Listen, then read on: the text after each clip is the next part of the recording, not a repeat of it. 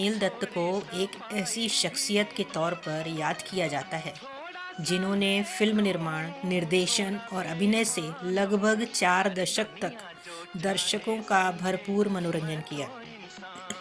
उनके किरदार वास्तविक जीवन के बहुत करीब होते थे और उनका व्यक्तित्व भी उनके किरदार की तरह उज्जवल और प्रभावशाली रहा। सुनील दत्त का जन्म 6 जून 1929 को ब्रिटिश भारत में पंजाब राज्य के झेलम, पाकिस्तान जिले के खुर्दी गांव में एक ब्राह्मण परिवार में हुआ था। उनका मूल नाम बलराज दत्त था।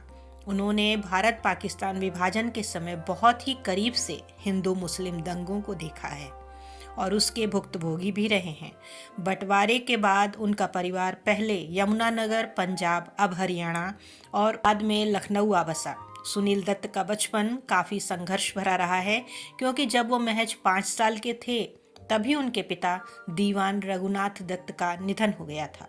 उनकी मां कुलवंती देवी ने उनकी परवरिश की। जब भारत का बंटवारा हुआ था तब याकूब नाम के दोस्त ने एक्टर की भारत आने में मदद की थी।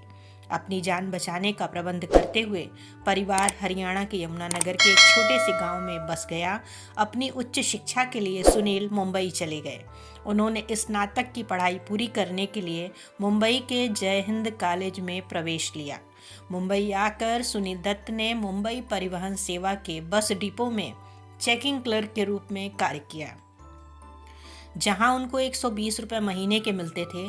फिल्म इंडस्ट्री में अपनी जगह बनाने के लिए 1955 से 1957 तक सुनील दत्त ने बेहद संघर्ष किया। हिंदी सिनेमा जगत में अपने पैर जमाने के लिए वह जमीन की तलाश में एक स्टूडियो से दूसरे स्टूडियो भटकते रहे थे। सुनील दत्त ने रेडियो सिलोन की हिंदी सेवा के उद्घोषक के तौर पर अपना कैरियर शुरू किया था, जहां वह फिल्मी कलाकारों का इंटरव्यू लिया करते थे। एक इंटरव्यू के लिए उन्हें 25 रुपये मिलते थे। यह दक्षिण एशिया की 50 के दशक में सबसे लोकप्रिय रेडियो सेवा थी। उन्हें एक सेलिब्रिटी साक्षात्कारकर्ता और मेजबान की लोकप्रियता मिली। सेलिब्रिटी इंटरव्यू के दौरान ही उनकी पहली मुलाकात नरगिस से हुई थी। एक उद्घोषक के रूप में वे बहुत लोकप्रिय हुए। कहा जाता है कि एक बार सुनील दत्त दिलीप कुमार का इंटरव्यू लेने पहुंचे थे, तभी डायरेक्टर समेश सहगल की नज़र उन पर पड़ी और उन्होंने सुनील को स्क्रीन टेस्ट देने को कहा। इस तरह सुनील की फिल्म लाइन में एंट्री हुई। इसी के साथ उनका हिंदी फिल्मों में अभिनय करने का प्रयास रंग लाया और 1955 में बनी रेलवे स्टेशन उनकी पहली फिल्म थी। पर 1957 की मदर इंडिया ने उन्हें बॉलीवुड का फिल्म स्टार बना दिया। इस फिल्म में उन्होंने बिरजू नाम के डकैत का रोल किया था, जो अन्याय से परेशान होकर हाथ में बंदूक थाम लेता है। इस किरदार को उन्होंने पहले पर्दे पर इस खूबसूरती से उतारा कि इसके बाद आने वाली फिल्मों में भी उन्हें यही रोल ऑफर किए गए। सुनील दत्त ने और भी कई फिल्मों में डकैत की भूमिका निभाई, लेकिन वह कभी इस तरह के रोल के लिए टाइपकास्ट नहीं हुए।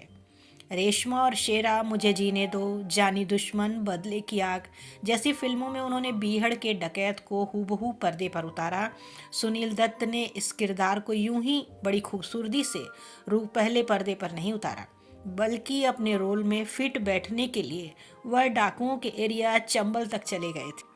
1964 में सुनील दत्त की फिल्म मुझे जीने दो रिलीज हुई थी। डकैतों के वास्तविक जीवन पर आधारित इस मूवी में सुनील दत्त और वहीदा रहमान ने चंबल में शूटिंग की थी। फिल्म में सुनील डाकू जनरल सिंह के रोल में थे। यह पिक्चर ऐसे माहौल में वहाँ पूरी की गई थी जब डाकुओं से मारे जाने का खतरा कभी भी बना रहता था। डकैतों के जीवन पर बनी उनकी सबसे बेहतरीन फिल्म मुझे जीने दो ने वर्ष 1964 का फिल्म फेयर सर्वश्रेष्ठ अभिनेता पुरस्कार जीता। उसके 2 ही वर्ष बाद 1966 में खानदान फिल्म के लिए उन्हें फिर से फिल्म फेयर का सर्वश्रेष्ठ अभिनेता पुरस्कार प्राप्त हुआ। सुनील दत्त के साथ नरगिस की प्रेम कहानी बहुत ही दिलचस्प है। दोनों ने 1957 में आई फिल्म मदर इंडिया में माँ बेटे का रोल किया था। बाद में असल जिंदगी में वो पति पत्नी बने। खास बात यह है कि नरगिस सुनील को मदर इंडिया में उनके ऑन स्क्रीन नाम बिरजू से ही पुकारती थी। मदर इंडिया में शूटिंग के वक्त लगी आग से नरगिस को बचाते हुए सुनील दत्त बुरी तरह जल गए थे।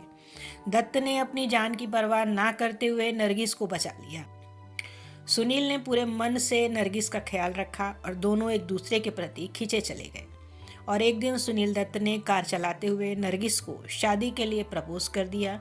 नरगिस ने भी मुस्कुराते हुए सुनील दत्त का प्रपोजल स्वीकार कर लिया। इस घटना से प्रभावित होकर नरगिस की मां ने अपनी बेटी का विवाह सुनील से करने की इच्छा भी जाहिर की। उनके बेटे संजय दत्त भी बॉलीवुड में एक सफल अभिनेता हैं। उनकी बड़ी बेटी प्रिया दत्त भारतीय कांग्रेस पार्टी की कार्यकर्ता हैं और 2009 में मुंबई उत्तर मध्य निर्वाचन क्षेत्र से 15वीं लोकसभा में चुनी गई थी। उनकी सबसे छोटी बेटी नम्रता दत्त की शादी कुमार गौरव से हुई है। कुमार गौरव पुराने समय के अभिनेता राजेंद्र कुमार के बेटे हैं, जिन्होंने मदर इंडिया में सुनील दत्त के साथ ऑन स्क्रीन उपस्थिति साझा की थी। शादी के 23 सालों के बाद नरगिस ने सुनील दत्त का साथ छोड़ दिया क्योंकि उन्हें कैंसर हो गया था। 3 मई 1981 को बेटे संजय दत्त की पहली फिल्म रॉकी की रिलीज से 4 दिन पहले नरगिस का निधन हो गया था। नरगिस की कैंसर से हुई मृत्यु के कारण उन्हें इस बीमारी के प्रति सामाजिक जागरूकता के प्रति बढ़ने की प्रेरणा मिली। सुनील दत्त ने अपनी पत्नी की याद में नरगिस दत्त फाउंडेशन की स्थापना की। यह वो समय था जब सुनील दत्त सामाजिक कार्यकर्ताओं में ज़्यादा दिलचस्पी लेने लगे। 1950 के आखिरी वर्षों से लेकर 1960 के दशक में उन्होंने हिंदी फिल्म जगत को कई बेहतरीन फिल्में दी, जिनमें साधना, सुजाता, मुझे जीने दो, गुमराह, वक्त, खानदान, पड़ोसन और हमराज प्रमुख रूप से उल्लेखनीय हैं। मुझे जीने दो में उनके बेहतरीन अभिनय ने उन्हें बहुत लोकप्रिय स्टार बना दिया। 1987 में जब पंजाब उग्रवाद का सामना कर रहा था, तब सद्भाव और भाईचारा स्थापित करने के लिए सुनील दत्त ने बॉम्बे से अमृतसर स्वर्ण मंदिर तक महाशांति पद यात्रा की। बम्बई से 78 दिनों तक 2000 किलोमीटर पैदल चलकर वे अमृतसर पहुंचे और उस महाशांति पद यात्रा में उनके साथ उनकी पुत्री प्रिया दत्त और 80 अन्य व्यक्ति भी थे। 1990 के दशक की शुरुआत में कुछ वर्षों के लिए उनका राजनीतिक करियर रुक गया था, जब उन्होंने अपने बेटे की AK-56 रखने के लिए गिरफ्तार किए जाने के बाद जेल से मुक्त करने के लिए काम किया था, जिसका दावा था कि वह बॉम्बे में बम विस्फोटों के बाद अपने परिवार की सुरक्षा का दायित्व निभा रहे हैं। सुनील दत्त और नरगिस दोनों पति पत्नी ने मिलकर अजंता आर्ट्स कल्चरल ग्रुप नाम से एक सांस्कृतिक संस्था का निर्माण बहुत पहले ही कर लिया था। इस संस्था के माध्यम से वे फिल्म निर्माण से लेकर राष्ट्र व लोक कल्याण के कार्य निरंतर करते रहते थे। 1981 में यकृत कैंसर से हुई उनकी पत्नी नरगिस दत्त की मृत्यु के बाद सुनील दत्त ने Nargis Dutt memorial cancer foundation की स्थापना की। इतना ही नहीं, प्रतिवर्ष उनकी स्मृति में नरगिस अवार्ड भी देना प्रारंभ किया। अब ये दोनों कार्य उनकी बेटियां व बेटा मिलकर देखते हैं।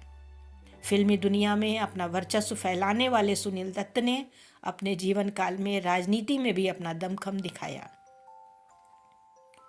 वे मनमोहन सिंह की सरकार में खेल एवं युवा कल्याण मंत्री थे। उनकी बेटी प्रिया दत्त भी सांसद रह चुकी हैं। फिल्म अभिनेता संजय दत्त उनके पुत्र हैं। सुनील दत्त ने राजनीति में रहकर जरूरतमंदों को काफ़ी मदद की। फिल्म संजू में हम सब ने देखा है कि एक्टर संजय दत्त के करियर को संभालने के लिए सबसे बड़ी भूमिका उनके पिता सुनील दत्त ने अदा की थी। इस आधार पर संजय दत्त के करियर की सबसे बड़ी सुपरहिट फिल्म मुन्ना भाई MBBS में मुरली प्रसाद के पिता के किरदार में सुनील दत्त ने सबका दिल जीता। साल 2003 में यही वो आखिरी फिल्म थी जिसमें अपनी अदाकारी के जरिए सुनील दत्त सबके दिलों में घर कर गए। इसके 2 साल बाद 25 मई 2005 को हार्ट अटैक की वजह से सुनील दत्त का निधन हो गया, जिसके तहत एक मंजा हुआ कलाकार और योग्य राजनेता दुनिया को अलविदा कह गए। उनके जीवन काल में मील का पत्थर वर्ष 1963 था, जब वह निर्माता बने। भारतीय फिल्मों में उनके योगदान के लिए उन्हें मुख्य भूमिका में उत्कृष्ट भूमिका के लिए पुरस्कार और आजीवन उपलब्धि पुरस्कार से सम्मानित किया गया।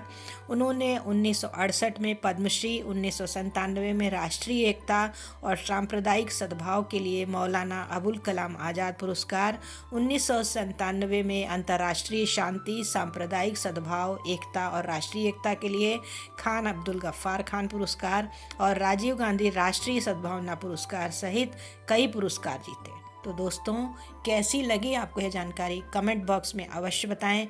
मिलते हैं जल्दी ही नेक्स्ट वीडियो में। तब तक आप अपना और अपने अपनों का ख्याल रखें। जय हिंद, जय भारत।